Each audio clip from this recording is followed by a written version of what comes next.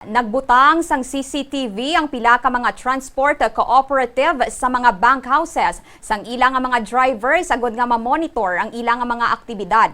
Sa interview sang Bombo Radio kay Raimundo Boyet Parcon, chairman sang Western Visayas Transport Cooperative, iya ginpahayag nga iningat ikang nagatuyo nga hindi na masulit ang natabo nga may-ara sang nagagamit sang illegal nga droga sa ilang nga mga drivers kag mga konduktor. Suno kay Parcon, nagapasalamat ini sa mga ahensya nga nagapatuman sa mga random drug testing rason nga mahibaluan kung may mga drivers kag konduktor nga mga nagagamit sang illegal nga droga. Nagpaandaman ini sa mga driver nga pahalinon sila sa trabaho kung mahibaluan nga involved ang mga ini sa illegal nga buluhaton.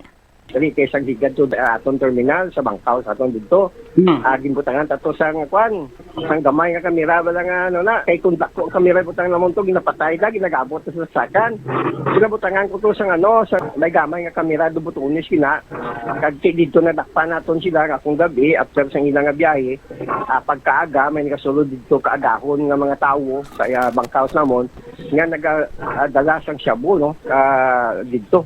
Kada iba naton dito ang konduktor, driver naton, magagamit gid. Moto na dakpan naton sila, kay sige ta bumbulyumar kay naton gin padugay, gin pang terminate naton ato nga mga tawo bumbulyumar.